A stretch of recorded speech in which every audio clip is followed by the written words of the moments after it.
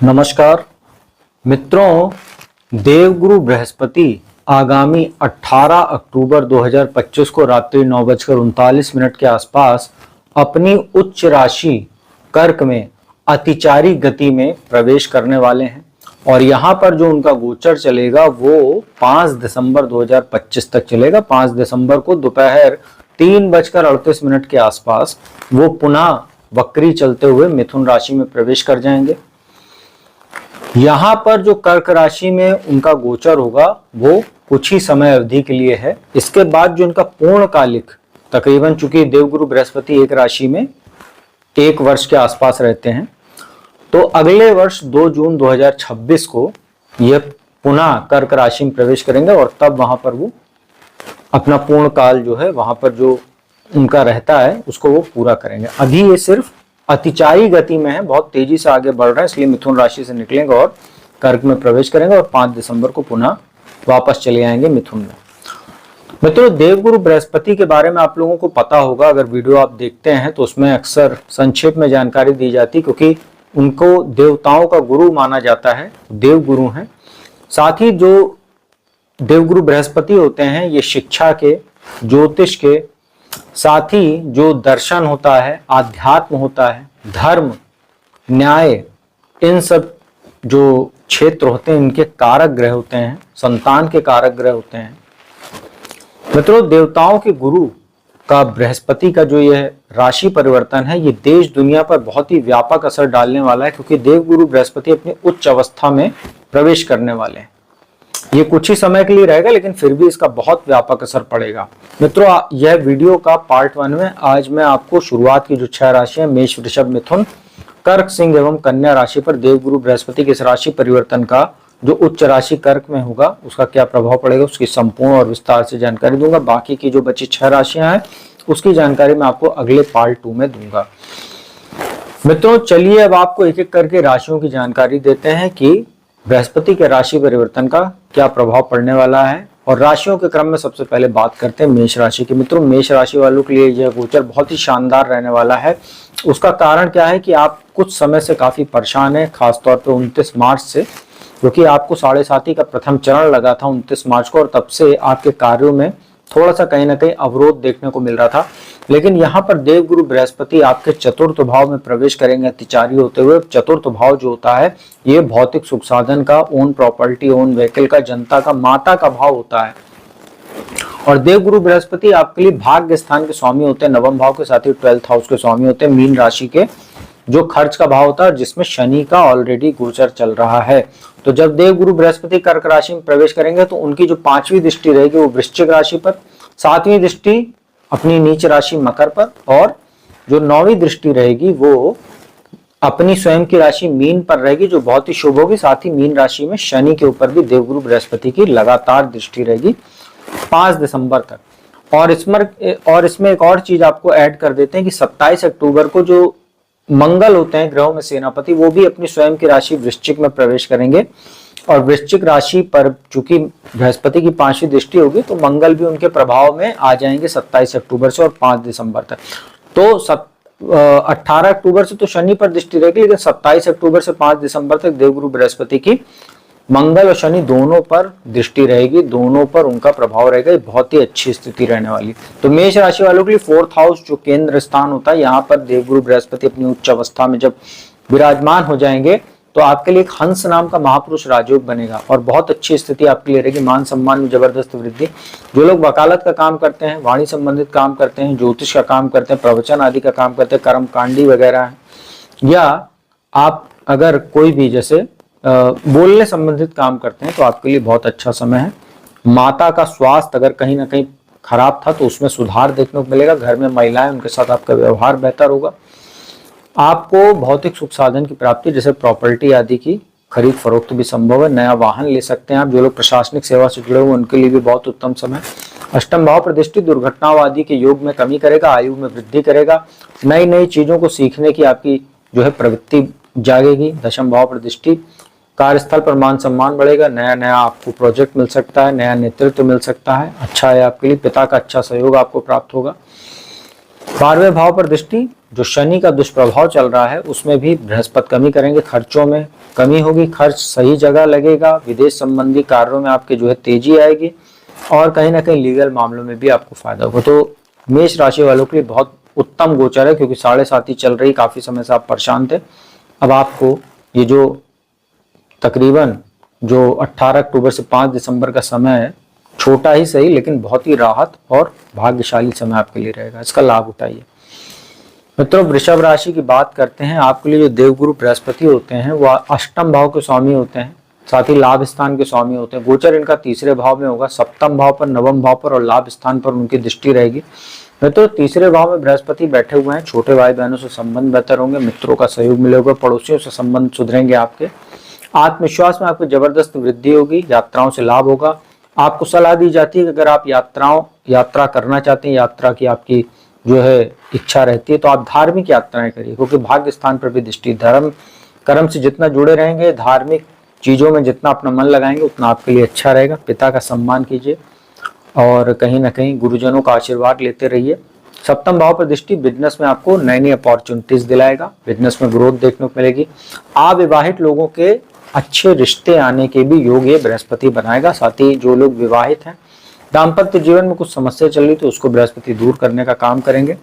और यहाँ पर जो लाभ स्थान पर दृष्टि एकादश भाव पर, ये आपके लिए बहुत अच्छी, मान सम्मान में जबरदस्त वृद्धि, आय के नए स्रोत बन सकते हैं आपके, और कहीं ना कहीं आप सम्मान भी प्राप्त कर सकते हैं, जैसे कोई सरकारी सम्मान भी आपको प्राप्त हो सकता है। तो बहुत अच्छा गोचर आपके लिए कह सकते हैं। बात करते हैं मिथुन राशि की। आपके लिए सप्तम भाव और दशम भाव के स्वामी बनते, दो केंद्र के स्वामी होकर सेकंड हाउस में धन के स्थान पर बैठेंगे। सेकंड हाउस वाणी का, संचित धन का, परिवार का, ससुराल पक्ष का, प्रारंभिक शिक्षा का, हमारी आंखों का, वाणी का भाव होता है। बृहस्पति यहाँ उच्च अवस्था में बैठे तो वाणी में आपके जबरदस्त प्रभाव उत्पन्न होगा, लेकिन कभी कभी आप ओवर कॉन्फिडेंस के भी शिकार हो सकते हैं, जिससे आप कभी कभी थोड़ा बहुत अपना काम भी बिगाड़ लेंगे। तो इससे आपको बचने की आवश्यकता है। आपके कहीं ना कहीं संचित धन में वृद्धि होगी, इनहेरिटेंस का आपको लाभ हो सकता है, बड़े बुजुर्गों का आशीर्वाद प्राप्त होगा। छठे भाव पर दृष्टि रहेगी, रोग ऋण शत्रु पर आप विजय प्राप्त करेंगे, प्रतियोगी परीक्षाओं में आपको सफलता मिलेगी। जो छात्र उनके लिए बहुत उत्तम समय है। अष्टम भाव पर दृष्टि, कोई पुराना रोग था उसका इलाज वगैरह होकर वो रोग आपका खत्म हो जाएगा, और कहीं ना कहीं आपको कोई भी नया काम करना तो उसको अच्छे से रिसर्च करके कीजिएगा, तो आपके लिए बहुत अच्छा रहेगा। दशम भाव पर दृष्टि आपको काम से या व्यापार से अच्छा धन लाभ कराएगी और कार्यस्थल पर आपका मान सम्मान बढ़ाएगी, आपके उच्चाधिकारियों और कलीग्स के साथ संबंधों को भी बेहतर करेगी। बहुत अच्छा आपके लिए भी ये गोचर है। मित्रों, अब उस राशि की बात करते हैं जिसमें बृहस्पति का गोचर होगा। सबसे ज्यादा भाग्यशाली राशि इस समय कह सकते हैं वो है चंद्रमा की राशि कर्क, जिसमें बृहस्पति अपनी उच्च अवस्था को प्राप्त करते हैं। लग्न में ही बृहस्पति विराजमान हो जाएंगे, और लग्न में जब बृहस्पति विराजमान होते हैं तो व्यक्ति को चौतरफा मान सम्मान की प्राप्ति होती है, आत्मविश्वास आपका जबरदस्त बढ़ जाएगा। पिछले दिनों जो आपके कार्यों में अष्टम भाव में बैठे राहु अवरोध उत्पन्न कर रहे थे, अब उसमें जो है गति देखने को मिलेगी। आप देखेंगे आपके साथ कुछ ऐसी घटनाएं इस गोचर के दौरान होंगी अनपेक्षित, जो आपको चौतरफा लाभ दिला सकती है। जैसे आपको कोई पैसा फंसा हुआ था, आपने उसकी उम्मीद छोड़ दी थी कि वो कभी वापस मिलेगा, आप देखेंगे उसमें कुछ गति देखने को मिलेगी, कुछ पॉजिटिविटी देखने को मिलेगी, वो पैसा आपको मिल सकता है इस गोचर के दौरान। लग्न में बृहस्पति के बैठने से आपका समाज में एक जो है एक रुतबा बढ़ेगा, प्रभाव बढ़ेगा, आपके ऑरा में वृद्धि होगी। पंचम भाव पर दृष्टि, ये भी बहुत अच्छा आपके लिए रहेगा। शिक्षा संतान में आपको विशेष सफलता देखने को मिलेगी। अगर आप किसी लव रिलेशनशिप में हैं तो आप शादी वगैरह करने की ओर भी अपने कदम बढ़ा सकते हैं, वो भी बहुत अच्छा आपके लिए समय रहेगा। मंत्र उच्चार वगैरह, जो लोग मंत्र साधना वगैरह करते हैं या मंत्र सिद्ध वगैरह करते हैं जो लोग, उनके लिए बहुत अच्छा समय ये कह सकते हैं मंत्र सिद्ध वगैरह के लिए।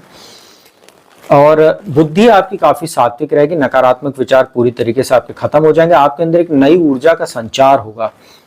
सप्तम भाव पर दृष्टि व्यापार में आपको विशेष लाभ देगी। कोई नया स्टार्टअप वगैरह शुरू करना चाहते हो तो आपको लाभ हो सकता है, साथ ही कोई बिजनेस करते हो उसको बढ़ाना चाहते हो उसमें भी फायदा होगा। बिजनेस पार्टनर के साथ संबंध आपके अच्छे रहेंगे। अविवाहित लोगों के लिए यहाँ पर बहुत प्रबल योग बन रहे हैं कि अविवाहित लोगों के रिश्ते वगैरह तय हो सकते हैं, और अगर किसी कारणवश रिश्ता नहीं तय हो पाता है तो जब 2 जून 2026 को देवगुरु बृहस्पति पूर्ण काल के लिए अपने यहाँ पर विराजमान होंगे कर्क राशि में, तब वहां से आपके लिए एक बहुत उत्तम स्थिति बनेगी। लेकिन यहाँ पर अभी भी अच्छी स्थिति रहेगी, आप कोशिश कीजिए तो अविवाहित लोगों के रिश्ते तय हो सकते हैं। और वैवाहिक जीवन में अच्छी जो है ट्यूनिंग रहेगी, पति पत्नी में कोई वैचारिक मतभेद था वो दूर होगा। और भाग्य स्थान पर जो शनि पर दृष्टि पड़ेगी, शनि जो भाग्य में अवरोध उत्पन्न करे थे वो दूर होगा, भाग्य का आपको अच्छा सहयोग मिलेगा। पिता का स्वास्थ्य बेहतर होगा, उनके साथ कोई मतभेद था वो दूर होगा। धर्म कर्म में आपकी रुचि बढ़ेगी, धार्मिक यात्राओं पर आप जा सकते हैं। साथ ही उच्च शिक्षा के लिए अगर आप विदेश जाना चाहते हैं तो आप जा सकते हैं, और कहीं ना कहीं हायर स्टडीज के लिए बहुत उत्तम समय है। तो कर्क राशि वालों के लिए चौतरफा लाभ के ये बृहस्पति योग बना रहे हैं और बहुत ही उत्तम समय आपके लिए कह सकते हैं। मित्रों, सिंह राशि की बात करते हैं। पंचम भाव और अष्टम भाव के स्वामी होते हैं देवगुरु बृहस्पति। 12वें भाव में इनका गोचर होगा, उच्च राशि में बैठेंगे। आपके ऊपर शनि की ढैया भी चल रही है, हालांकि शनि की ढैया का प्रभाव काफी हद तक कम हो जाएगा, क्योंकि अष्टम भाव में बैठे शनि पर देवगुरु बृहस्पति की 9वीं दृष्टि रहेगी, जो बहुत शुभ होती है। अब आपके कार्यों में थोड़ी सी तेजी देखने को मिलेगी, खर्च आपका थोड़ा सा बैलेंस हो जाएगा, लीगल मामलों में आपको सफलता मिलेगी, विदेश संबंधी कार्यों में तेजी आएगी, रोग ऋण शत्रु पर आपको विजय प्राप्त होगी। आपका धन जो है इस समय भौतिक सुख साधन पर खर्चा हो सकता है, खासतौर पर जैसे प्रॉपर्टी आदि की निवेश में आपका खर्चा हो सकता है, नया वाहन ले सकते हैं। माता के स्वास्थ्य का थोड़ा आपको ध्यान रखना होगा, उनके ऊपर भी आपको कुछ धन खर्च हो सकता है, जो एक अच्छी बात कह सकते हैं। और यहाँ पर जो अष्टम भाव पर दृष्टि पड़ रही है, तो शनि का जो दुष्प्रभाव था, जैसे आपको कोई परेशानी हो रही थी शनि की वजह से, जैसे हड्डियों में दर्द, बैक पेन, कमर से लेकर पैर तक के हिस्से में चोट चपेट, इन सब चीजों से आपको जब तक 5 दिसंबर तक बृहस्पति है आपको निजात मिलेगी। और यहाँ पर छठे भाव पर जो बृहस्पति की दृष्टि, तो रोग ऋण शत्रु के साथ साथ आप जो छात्र प्रतियोगी परीक्षाओं की तैयारी कर रहे हो उनको थोड़ा सा एक्स्ट्रा एफर्ट जरूर करना पड़ेगा, लेकिन सफलता के अच्छे योग नौकरी या इंटरव्यू में बन सकते हैं। जो छात्र शिक्षा करने के बाद डिग्री वगैरह लेकर नौकरी की तलाश में, उनको नौकरी की संभावना बनती मिलने के साथ ही जो लोग नौकरी पेशा है उनको प्रमोशन आदि के योग या मनचाहा स्थानांतरण के योग बन जाएंगे। तो सिंह राशि वालों के लिए भी ओवरऑल गोचर अच्छा है, बस आपको किसी दूसरे के मामले में हस्तक्षेप नहीं करना, किसी वाद विवाद में नहीं पड़ना है, तो आप लोगों के लिए बेहतर रहेगा। मित्रों, इस वीडियो के अंतिम राशि कन्या की बात करते हैं। आपके लिए तो गोचर बहुत ही शानदार है। कर्क राशि के बाद अगर दूसरी कोई राशि है जिसके लिए सर्वोत्तम यह गोचर रहेगा, वो है कन्या राशि। चतुर्थ भाव भौतिक सुख साधन और सप्तम भाव वैवाहिक सुख और बिजनेस पार्टनर, जो दोनों भाव होते हैं चतुर्थ और सप्तम, इन दोनों भाव के स्वामियों को बृहस्पति आपके एकादश भाव लाभ स्थान में गोचर करके तीसरे भाव पर, पंचम भाव पर और सप्तम भाव पर दृष्टिपात करेंगे। लाभ स्थान में देवगुरु बृहस्पति बैठे हैं, तो आपके लिए तो जबरदस्त मान सम्मान के योग बन रहे हैं। इतना मान सम्मान आपको मिलने वाला है कि शायद आपने पिछले दिनों सोचा भी नहीं होगा, पिछले कुछ विगत वर्षों में। आत्मविश्वास आपका टॉप लेवल पर रहेगा, जबरदस्त आपका ऊर्जा आपके अंदर इतनी ज्यादा होगी कि आप एक समय में कई कार्यों को निपटा पाएंगे जो पिछले दिनों किसी कारणवश रुक रहे थे। छोटे भाई बहनों से संबंध बेहतर होंगे, उनको अगर आप कुछ उपहार वगैरह देते तो आपका मन प्रसन्न रहेगा, संबंध और ज्यादा प्रगाढ़ हो जाएंगे, मित्रों का बढ़िया सहयोग मिलेगा, यात्राओं से आपको लाभ हो सकता है। पंचम भाव पर दृष्टि आपके लिए संतान उत्पत्ति में कोई समस्या पैदा हो रही थी उसको बृहस्पति दूर करेंगे, संतान उत्पत्ति में आपको फायदा हो सकता है, कंसीव करने के लिए अच्छा समय कह सकते हैं जो गोचर रहेगा। अविवाहित लोगों के रिश्ते वगैरह तय होने के लिए भी अच्छा समय, जो लोग लव रिलेशनशिप वगैरह में है उनके लिए अच्छा समय है, शादी वगैरह के लिए, बातचीत करने के लिए। और शेयर मार्केट आदि में आप लोगों को फायदा हो सकता है, धन लाभ के अच्छे योग, आय के नए स्रोत बनेंगे, बिजनेस जो लोग करते हैं उनको फायदा, बिजनेस पार्टनर के साथ संबंध बेहतर रहेंगे। और अविवाहित लोगों के रिश्ते वगैरह तय होने के अच्छे योग बनेंगे, साथ ही दाम्पत्य जीवन में प्रगाढ़ता आएगी और अच्छा जीवन चलेगा। जो लोग विवाहित हैं, बहुत अच्छी स्थिति यहाँ पर कन्या राशि वालों के लिए बन रही है, और प्रॉपर्टी आदि या नया वाहन खरीदने के भी योग बन रहे हैं, तो बहुत अच्छा आपके लिए कह सकते हैं। जनता में भी आपकी जबरदस्त प्रसिद्धि बढ़ेगी। तो मित्रों, यह था शुरुआत की 6 राशियों के लिए कैसा रहेगा बृहस्पति का 18 अक्टूबर से 5 दिसंबर तक जो उच्च राशि कर्क में गोचर चलने वाला है उसका प्रभाव। उपाय की बात कर लेते हैं। देखिए, देवगुरु बृहस्पति जो होते हैं वो एक सात्विक प्लैनेट है। पूरी तरीके से आप सात्विकता का पालन कीजिए। नॉनवेज, मांसाहार, मदिरा, शराब, धूम्रपान, जो बुरे व्यसन होते हैं, अनैतिक संबंध वगैरह जो लोग कहीं ना कहीं जिनके रहते हैं, इन सब चीजों से आप दूर रहिए, सात्विकता का पालन कीजिए, धर्म के मार्ग पर चलिए, तो सबसे अच्छा आशीर्वाद बृहस्पति का आपको प्राप्त हो सकता है। तो और अपने गुरुजनों का सम्मान कीजिए, अपने बड़ों का जो है आशीर्वाद लीजिए, उनका सम्मान कीजिए। हर बृहस्पतिवार को पीली वस्तुओं का दान कीजिए, जैसे पीला फल, पीली दाल, पीला वस्त्र, ये सब चीजें आप किसी जरूरतमंद को या मंदिर में दान कर सकते हैं। तो आप लोगों के लिए गोचर बहुत अच्छा रहेगा। और पीला चंदन का टीका आप लगाकर घर से निकलें जब भी अपने कार्यस्थल या किसी महत्वपूर्ण कार्य के लिए जा रहे हैं, या केसर का या हल्दी का भी तिलक आप कर सकते हैं। तो मित्रों, उम्मीद करता हूँ वीडियो आपको अच्छी लगेगी। वीडियो अच्छी लगी तो इसको लाइक, कमेंट, शेयर कीजिए। कुंडली विश्लेषण के लिए मेरा नंबर डिस्क्रिप्शन स्क्रीन पर उपलब्ध है, उस पर संपर्क कीजिए, अपॉइंटमेंट लीजिए। कुंडली विश्लेषण का लाभ देश दुनिया के किसी भी कोने से आप लोग प्राप्त कर सकते हैं मेरे द्वारा। तो अब मैं अपने वाणी को विराम देता हूँ। इस वीडियो का पार्ट 2 लेकर आपके समक्ष जल्दी हाजिर होऊंगा। तब तक के लिए ओम नमः शिवाय।